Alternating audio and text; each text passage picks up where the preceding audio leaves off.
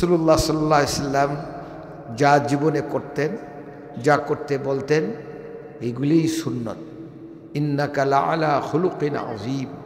আল্লাহ তাআলা আমাদের রাসূল মুহাম্মদ সাল্লাল্লাহু আলাইহি ওয়াসাল্লামকে সার্টিফিকেট দান করেছেন, বলেছেন নিশ্চয়ই তুমি মহান চরিত্রের অধিকারী। তাই ওনার কোনো কর্মকাণ্ড, ওনার কোনো কাজ, ওনার কোনো আমল আপনার বাতিল নয়, হক, এর মধ্যেই কল্যাণ ও মঙ্গল নিহিত, এবং সেইটাই সুন্নত। যেভাবে আমরা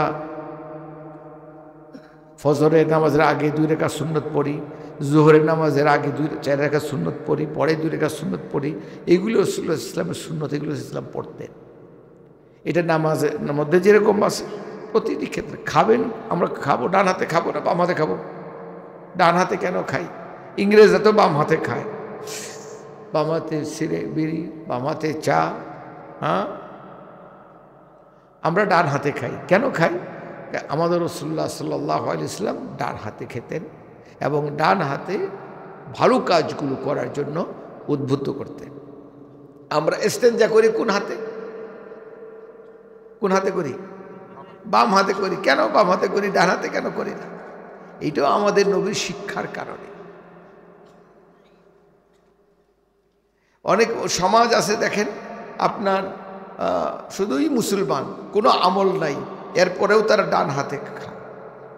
কারণ এক সময় আমল ছিল, সেই আমলটা সংস্কৃতির মধ্যে ঢুকে পড়েছে। এখন যে মুসলমান সমাজের মধ্যে আপনার দিন নাই, কিন্তু ডান হাতে খায়, দিন বলতে কিছু বোঝে না, এইটা আগে যে ছিল সেটা আমল স্বরূপ নিতে নিতে এটা সংস্কৃতি রূপে ধারণ করেছে। মানুষের এটা জাতীয় অভ্যাসে পরিণত হয়েছে।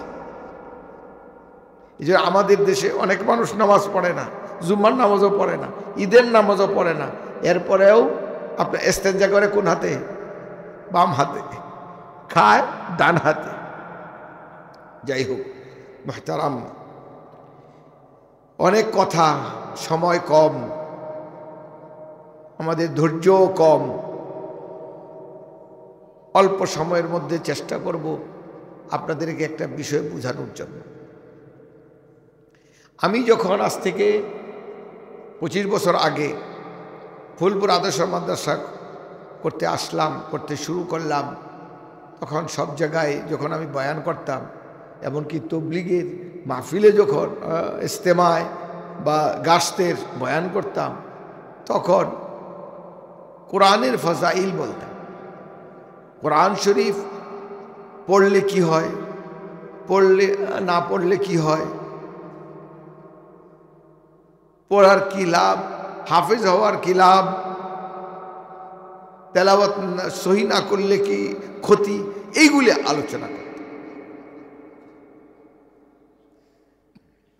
এবং এটা প্রয়োজন ছিল, অতীব জরুরি ছিল। শুধু বলতাম না, এটা বাস্তবে দেখানোর জন্য, রূপান্তরিত করার জন্য আদর্শ মাদ্রাসা করেছি আমি, ফুলপুর আদর্শ মাদ্রাসা। সেখানে শুরু করি নুরানি দিয়ে। নুরানিতে কি শেখানো হয়? কোরআন মাখরাজ, কোরআনের যে অক্ষরগুলো আছে 29টা অক্ষরকে মাখরাজ, এটা উচ্চারণ স্থলকে বলে মাখরাজ, মাখরাজ শেখানো হয়, কীভাবে সহি উচ্চারণ। তারপরে তেলাওয়াত, নুরানির পরে নাজেরা, নাজেরার পরে হিফজখানা যাওয়া হয়তো, আস্তে আস্তে খোলা।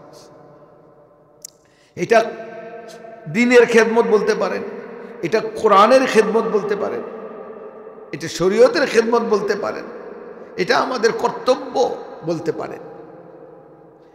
এখানেও বোধ হাফিজিয়া মাদ্রাসা, এটা না, এটাও ঠিক সেই জন্যই। কিন্তু দেখেন, এই একটা টেবিল 4টা দিক আছে। কয়টা দিক? 1 2 3 4, অনেক টেবিল। আমি একটা বৈঠকখানা সাজাইছি, এটার কোনা হইল 8টা, ডবল 8 পিলার, 8 কোনা।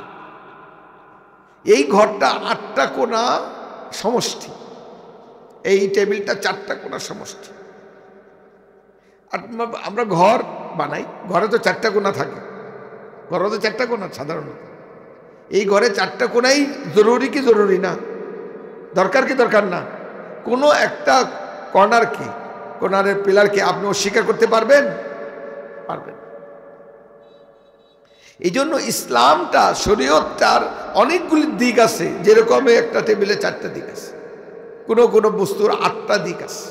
সবগুলোই জরুরি, সবগুলি জরুরি এবং দরকারি। তো এর মধ্যে একটা হলো শরীয়তের, কোরআনের এরকম খেদমতের, কোরআনের খেদমতের আল্লাহর কালিমা। আল্লাহর কালিমা কি? লা ইলাহা ইল্লাল্লাহ মুহাম্মাদুর রাসূল। এই কালিমাকে সমুন্নত রাখার জন্য, এই কালিমার আওয়াজকে বুলন্দ ও সম্মানিত করার জন্য আপনার কোরআনের এইরকম কতগুলো দিক আছে, এই সবগুলোকেই পালন করতে হবে। আমি এতদিন একটা কোণা নিয়েছিলাম,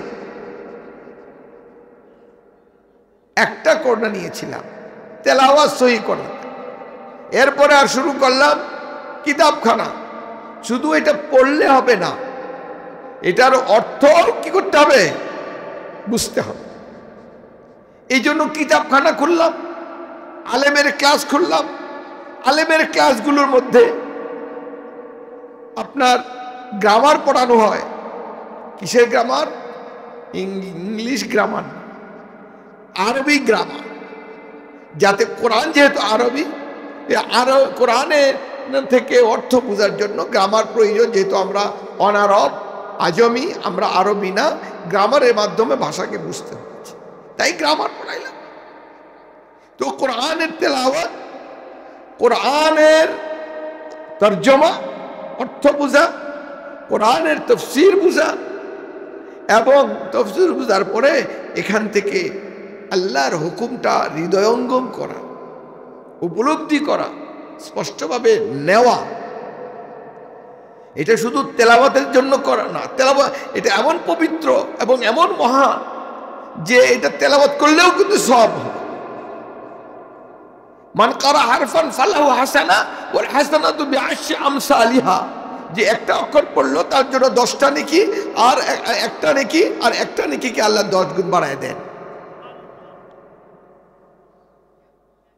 এটা এমন পবিত্র যে ওযু ছাড়া ছোঁয়া যায় না। দুনিয়াতে এমন কোন পুস্তক আছে যে এটা ছোঁয়ার জন্য ওযু করা লাগে? আছে? কথা বলেন।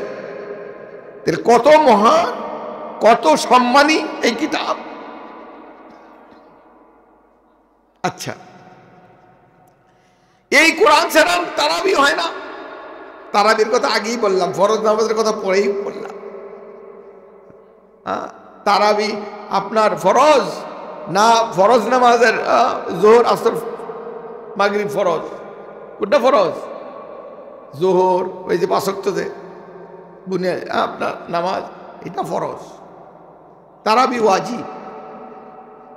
এই তারাবির জন্য, তারাবি মানুষ, এই জন্য বললাম তারাবির মুসল্লি বেশি, ফরজের মুসল্লি কম। তারাবির মুসল্লি বেশি না, ফরজের মুসল্লি কম। এই জন্য তারাবির কথা আগে কইলাম। এটা হওয়া উচিত ছিল না। ফরজ তো ফরজই, অবশ্য কর্তব্য, এইটার মুসল্লি বেশি হওয়ার দরকার ছিল। যাই হোক, ফরজ নামাজের পড়ার জন্য, সুন্নত নামাজ পড়ার জন্য, নফল নামাজ পড়ার জন্য, তারাবি পড়ার জন্য, ভিতির পড়ার জন্য, ওয়াজিব নামাজ পড়ার জন্য কোরআন প্রয়োজন। তাই কোরআনের শিক্ষাও প্রয়োজন। আর কি আছে? তেলাওয়াত গেল, তরজমা গেল, তাফসীর গেল, আর কি আছে?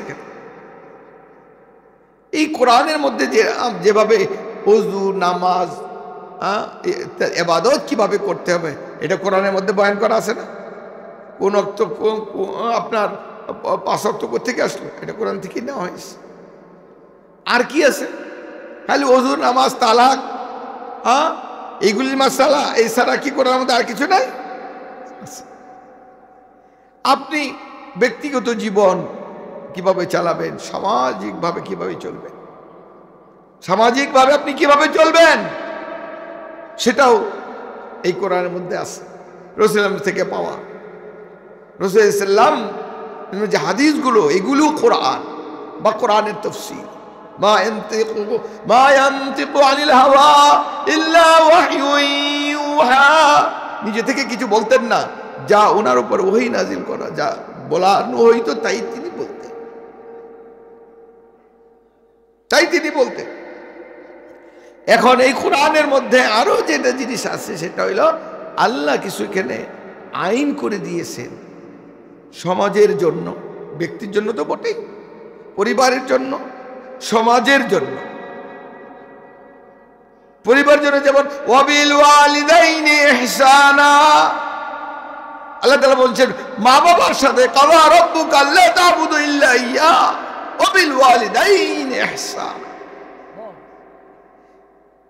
মা বাবার সাথে সৎ ব্যবহার করো, এটা পারিবারিক আইন। মা বাবার সাথে অসদাচরণ, বেয়াদবি কখনোই করা যাবে না, যাবে না। হাদিসের মধ্যেও আছে, আমি কোরআন থেকেই বলছি। সামাজিক আরো হাদিসের মধ্যে কি আসছে, আল মুসলিমু আখুল মুসলিম লা ইয়াজলিমুহু ওয়া লা ইউসলিমুহু, এক মুসলমান আরেক মুসলমানের ভাই, এই ভাই হয়ে তাকে কখনো জুলুম করতে পারে না, আর তার বিপদ দেখে তামসা দেখতে পারে না, তার বিপদে এগিয়ে আসতে হবে। আমি একবার সিঙ্গাপুরে এক বাসায় আসলাম, বড় এক ব্যাগ আমার সাথে, বড় গেট, দাঁড়ায় আছি, খোলার অপেক্ষায় আছে। তো এই বাসায় আরেকটা চাইনিজ ভাড়া থাকে,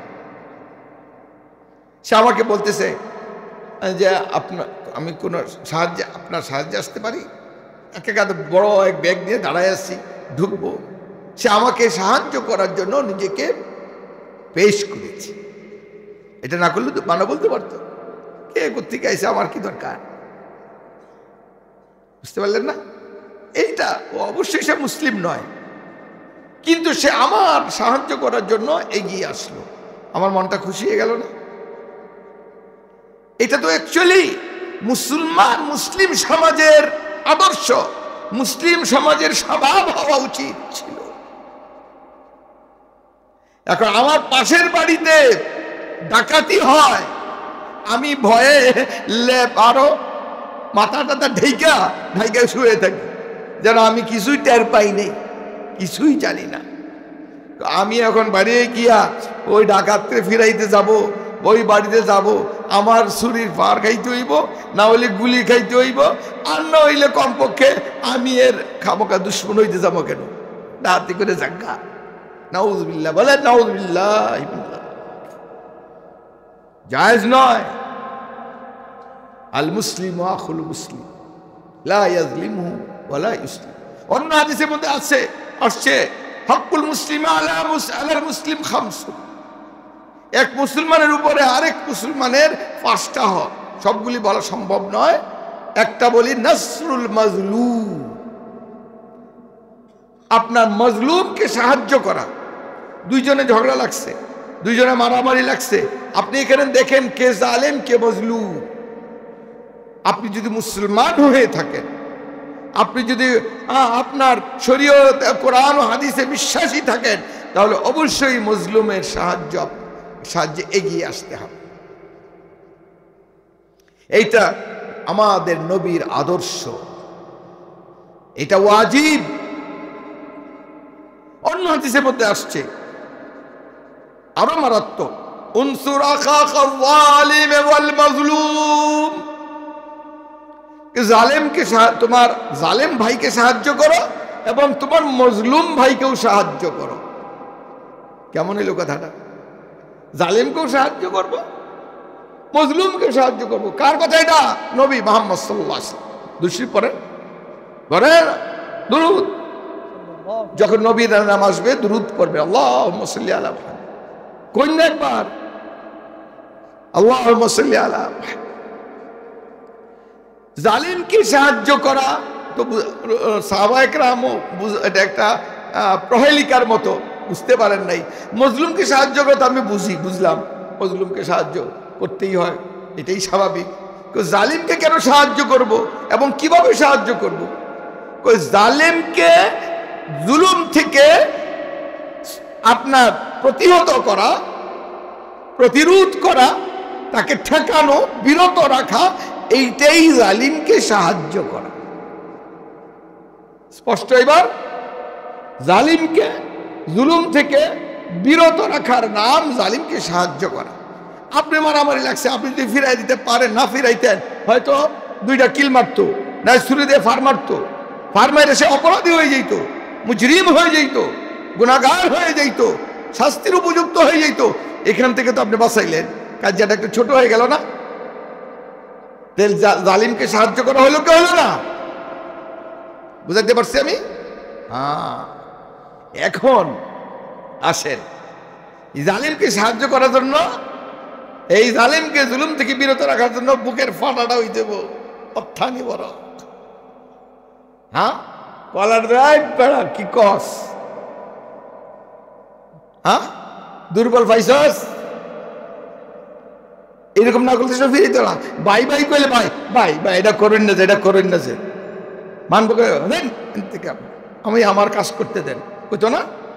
যে সময় কলারটার দরবার কেউ যে এটা তো দেখে আমার থেকে আর বড় গুন্ডা। এই জন্য কিছু ভালো মানুষের জন্য গুন্ডা হইতে হবে। গুন্ডা, সব গুন্ডা বদমাইশ না, কিছু গুন্ডা আল্লাহর ওলি। এখানে আপনার শক্তি যতটুকু আছে এতটুকু আপনাকে প্রয়োগ করতে হবে, শক্তির বাইরে অন্য কথা। লা ইউকাল্লিফুল্লাহু নাফসান ইল্লা উসআহা। কিন্তু আমি বলছি তার কথা, আমার কাছে শক্তি আছে, এটা সঞ্চিত আমার নিরাপত্তার জন্য। আমি একবার আপনার ট্রাফিক আইন লঙ্ঘন করে ওই হাজতখানায় গেছিলাম। ট্রাফিক আইন ছুরিটা হাতি করে না, মক্কা শরীফে। এখানে গিয়ে পাইলাম এক অ্যাক্সিডেন্টের আপনার সাথে সংশ্লিষ্ট, গাড়ি অ্যাক্সিডেন্টের সংশ্লিষ্ট। সে কিভাবে, কে কিভাবে ঢুকলেন, আজদিরা একসাথে আলাপ করে না, আলাপ করে বলে একজনে বলতেছে যে তার আগে এক গাড়ি একটা লোককে আপনার অ্যাক্সিডেন্ট করে ফেলে দিয়ে ভাগ্যে চলে গেছে। সে পিছনে আসছে, আইসা দেখে একটা লোক রাস্তা, গাড়ি ভাঙ্গা রাস্তায় আপনার আহত অবস্থায় কাতরাচ্ছে। সে ওই দেশের নিয়ম ভালো করে জানে, এরপরেও সেই আহত ব্যক্তিটাকে তার গাড়ি করে হাসপাতালে পৌঁছেছে। এখন এই হাদেসা বলে, আর দুর্ঘটনা বলে, এই অ্যাক্সিডেন্টের তদন্তের করতে গিয়া, তদন্তের খাতিরে আপনার ওই যে লোকটা সাহায্য করার জন্য ওই নিয়ে আপনার হাসপাতাল নিয়ে গেছিল, তাকে সহ আপনার তাকে জেলখানে নিয়ে আসছে। আসলে যে অ্যাক্সিডেন্ট করছে সে তো নাই, নিরুদ্দেশ। কারণ হতে পারে এ নিজেই অ্যাক্সিডেন্ট করছে, কইরে তারপরে আহত ব্যক্তিকে হাসপাতালে নিয়ে গেছে। এবং এটা হবে, এইরকমই হবে। এই লোকটা জানে যে আমি লাস্টার বা এই আহত লোকটাকে ধরলে, সে আমি ছুঁইলেই, এর সংস্পর্শে গেলেই আমাকে তদন্ত শেষ না হওয়া পর্যন্ত আমাকে হাজতখানায় থাকতে হবে। এরপরেও জেনে শুনেই এই কাজটা সে করেছে। কেন? এসে যদি আরেকজনের অপেক্ষা করে, পুলিশের অপেক্ষা করে, ইতিমধ্যে এই লোকটা মারা যেতে পারে। এইটা তার দায়িত্ব জ্ঞান থেকে, তার জিম্মাদারি থেকে সে এতটুকু রিস্ক, বলবো ইংলিশে ঝুঁকি, সে নিয়েছে। এইটাই হলো মুসলমানের স্বভাব। আমার কি হবে, এমার্জেন্সি, আমার পরে কি হবে না হবে, এখানে এইটা চিন্তা করার সুযোগ নাই। কিন্তু আফসোস, আমরা আজকে মুসলমানরা এত স্বার্থপর, এত আত্মকেন্দ্রিক, শুধু নিজেরটা বুঝি, অন্যের জন্য সামান্য ঝামেলা পোহাতে চাই না। শুধু তাই নয়, বরং অন্যকে ঝামেলায় ফেলতে ভালোবাসি। বলে নাউজুবিল্লাহ। স্বার্থে নিঃস্বার্থে। এলাকায় একটা অ্যাক্সিডেন্ট হলে এলাকার সব বাদ বানাইছে, আপনার গুন্ডা বান্ডা সব আইসে একত্রিত হয়, দেখা চেষ্টা করে এখান থেকে কিছু খাওয়া দায় কিনা। বলে নাউজুবিল্লাহ। এটা কি মুসলমানের স্বভাব হওয়া উচিত?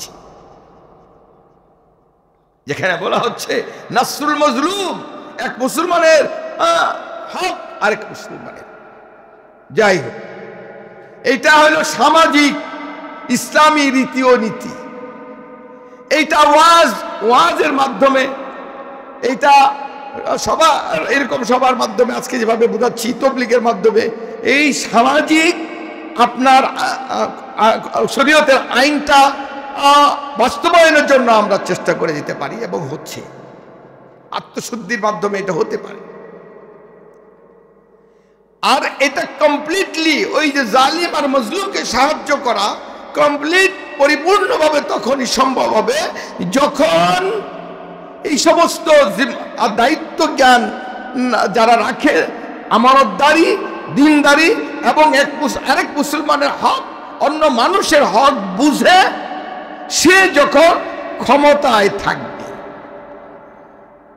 সে যখন ক্ষমতায় থাকবে, তার ক্ষমতাকে, তার পাওয়ারকে ব্যবহার করে জালিমকে সাহায্য করবে, অর্থাৎ জালিমকে জুলুম করা থেকে বিরত রাখবে, আর মজলুমকেও সাহায্য করবে। কিন্তু এই ধরনের মানসিকতা যাদের আছে, ওই আখলাক যাদের কাছে আছে, যাদের কাছে ইসলামিক ক্যারেক্টার আছে, তারা তো আজকে ক্ষমতায় নাই। তাই আপনার মানুষ অহরহ মজলুম হচ্ছে, নির্যাতনের শিকার হচ্ছে। একজন গরিব মানুষ, তাকে সে মামলা করতে পারে না, টাকা নাই, পয়সা নাই, দাঁড়া দাঁড়ায় মানুষের কাছে ঘুরছে, কেউ আশ্রয় দিচ্ছে না, কেউ তার অভিযোগ শুনছে না, সে মামলা চালাতে পারতেছে না, সে মজলুম, তাকে কেউ সাহায্য করছে। কিন্তু আপনার যদি আপনার পাওয়ার থাকে, সেই ক্ষেত্রে এই মজলুমকে আপনি সাহায্য করতে পারেন। মজলুমের আহাজারি আর আল্লাহর আরশের মাঝে কোনো পর্দা না। এই মজলুমের আপনার বদদুয়া মাঝে আর আল্লাহর মাঝে কোনো পর্দা নাই। মজলুমের দোয়া এইভাবে কবুল হয়। এই জন্য হে জালেমেরা, হে অত্যাচারীরা, হে নির্যাতনকারীরা, হে মানুষের হক নষ্টকারীরা, সাবধান, জুলুম করা থেকে সাবধান হও।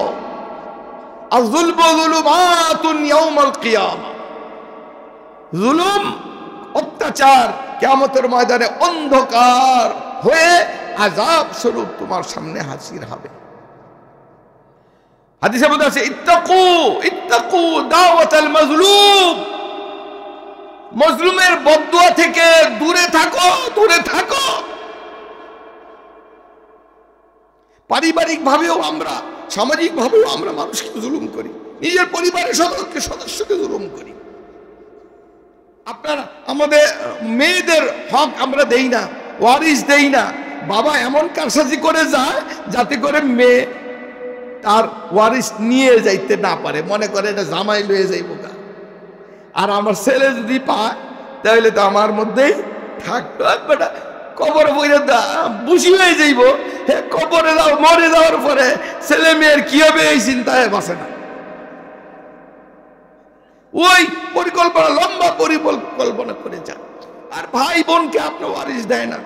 কান দেখেন, আমার এক বন্ধু, আপনার ওয়ারিস বাজারে দোকান আছে, তো তার বোন আমার কাছে কান্দে কান্দে বলতেছে, আমার বন্ধুর বিরুদ্ধে শিকায়ত করছে, অভিযোগ করছে যে এই আপনার বন্ধু, আমার ভাই আমাকে বাজারে দোকান তো দিছে, আমারে দিছে একদম পিছনে, সেন সামনে নিয়ে গেছে।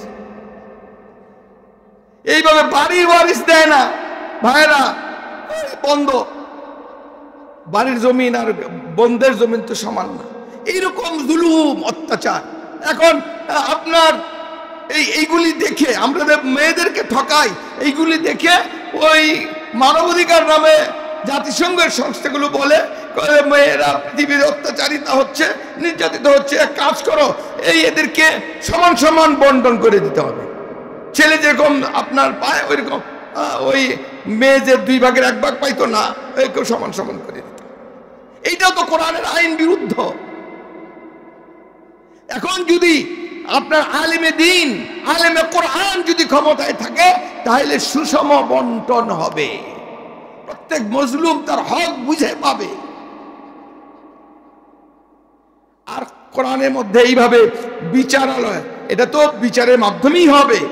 যদি রাষ্ট্র ক্ষমতায় আপনার আলেমে কোরআন, আলেমে দ্বীন যদি না থাকে, তাহলে যে কোর্ট, জজ কোর্ট, সুপ্রিম কোর্ট, যে কোনো কোর্টের মধ্যে আপনার কোরআনী আইন বাস্তবায়ন হবে না।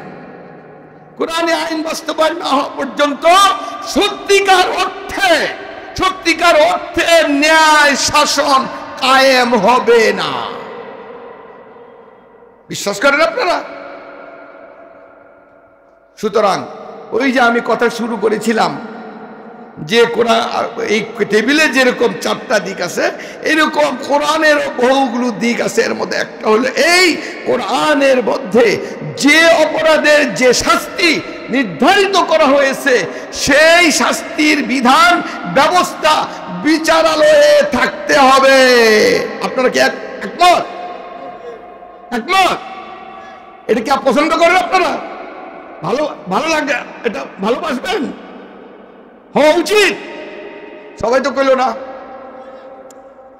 বাড়িতে তো আপনি কোরআন শরীফ রাখেন সবার উপরে, তাই না?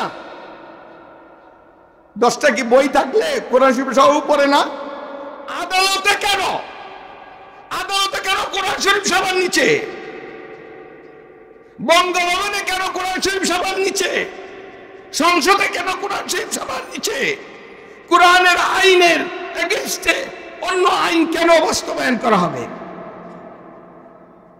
এখন আমাদের মুসলমানদের কর্তব্য এতটুকু যথেষ্ট নয় যে ওযু সহ কোরআন ধরলাম, ও কোরআনকে সম্মান করলাম, সবার উপরে রাখলাম, বাচ্চাকে হাফেজ বানাইলাম, সন্তানকে আলেম বানাইলাম, কিন্তু এই কোরআনের আইনকে পিছিয়ে ফেলে দিলাম,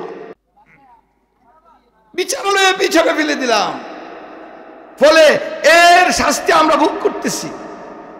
নিরাপত্তা নাই, মালের নিরাপত্তা নাই, জানের নিরাপত্তা নাই। যেখানেই যাবে সেখানেই খিয়ানত। যেখানে আপনার 5,000 টাকার বাজেট হলে এখান থেকে আপনার 4,000 টাকায় উধাও হয়ে যায়।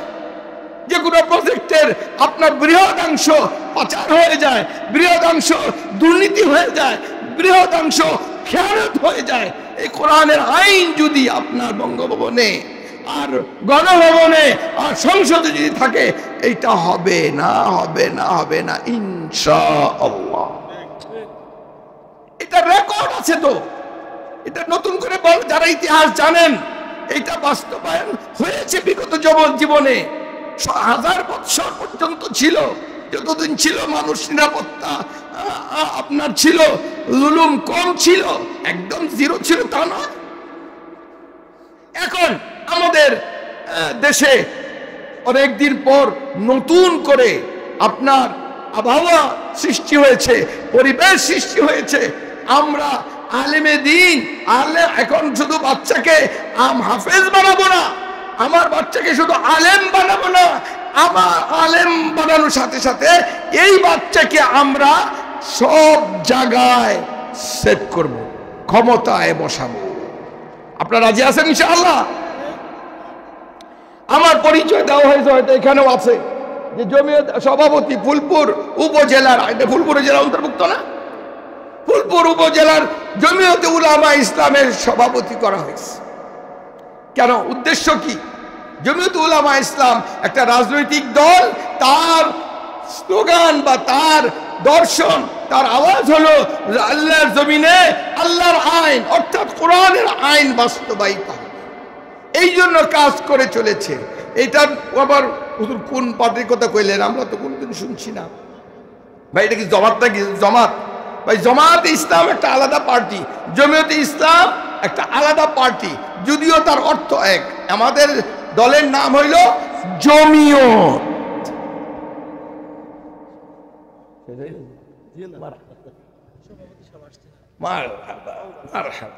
মারহাবা, আপনার সভাপতি আমার ভাগ্না, পীরে কামেল মাশাআল্লাহ শেখ আব্দুল মজিদ হবিগঞ্জির গতকাল ছিলাম একসাথে, গেছিলেন? ওলা ওনার খলিফা মাশাআল্লাহ তাবারাক আল্লাহ ওনার হায়াতে তৈয়বা দান বলেন আমি আছে তো।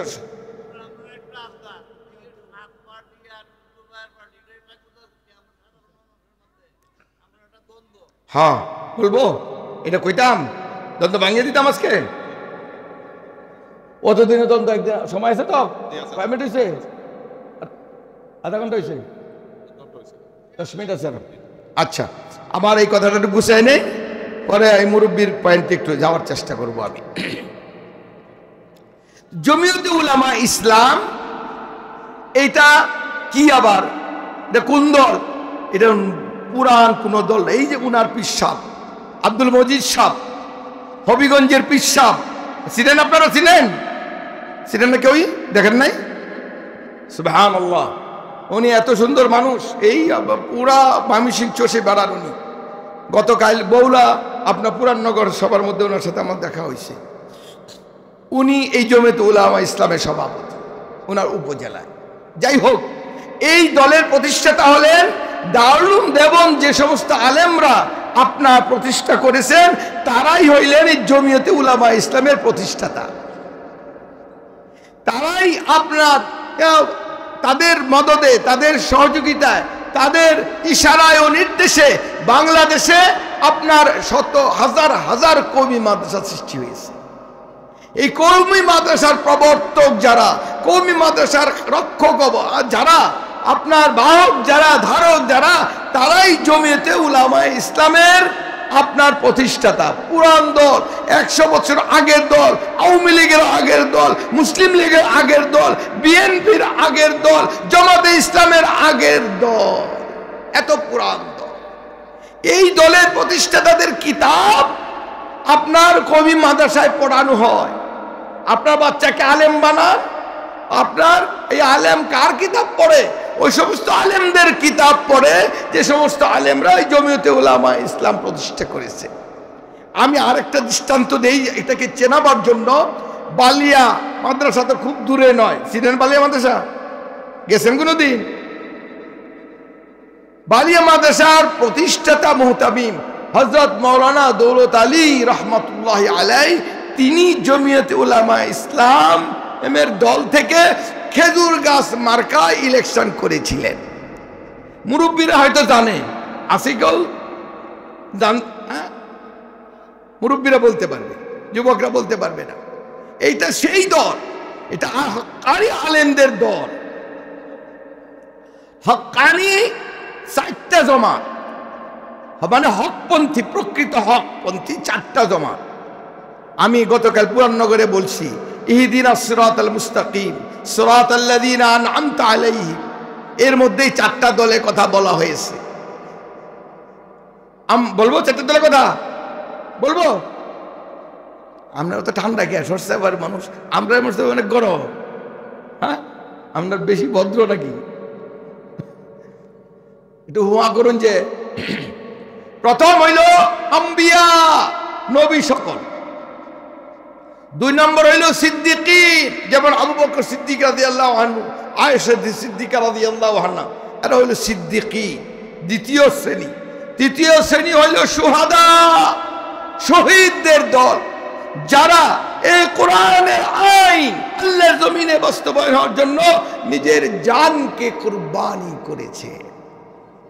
3 নম্বর।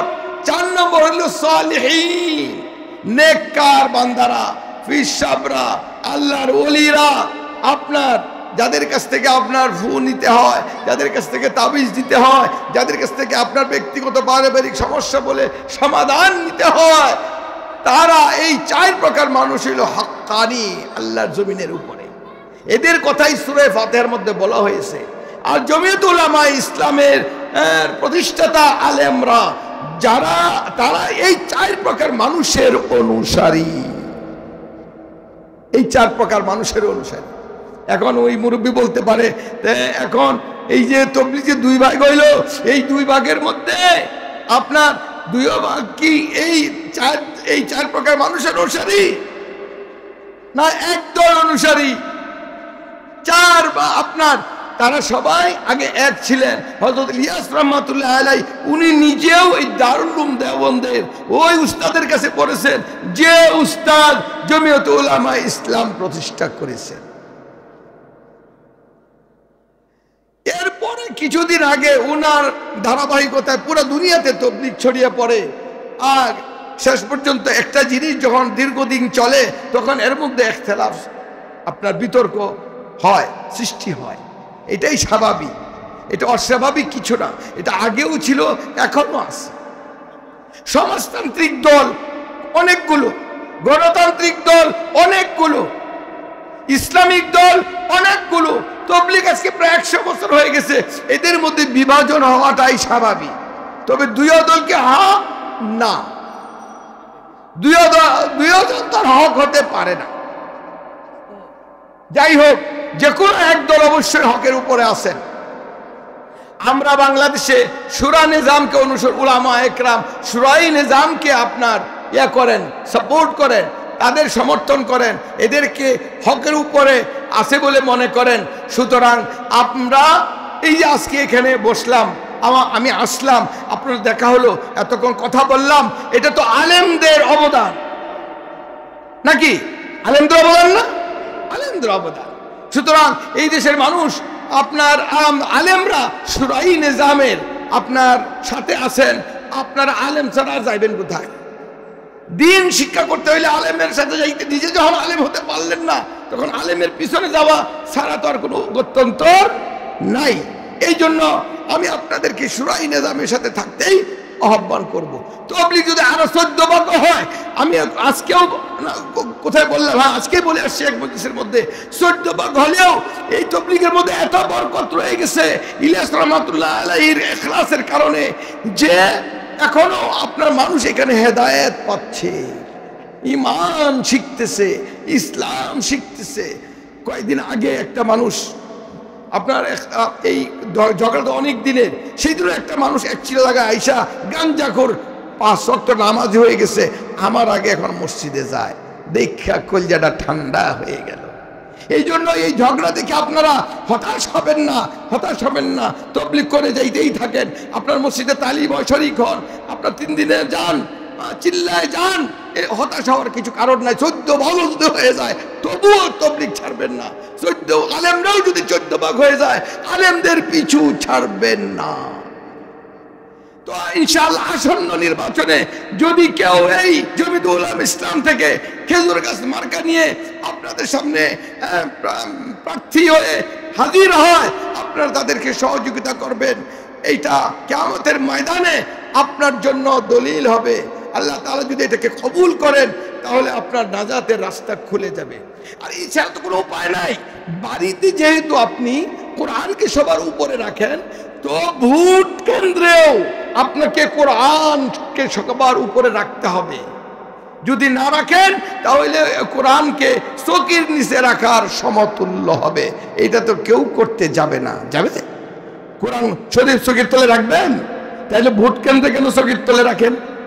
ভোট কেন্দ্রে চকির তলে রাখেন বলিয়াই তো সংসদের চেয়ারের নিচে পড়ে থাকে কোরআন। নাউযুবিল্লাহ মিন যালিক।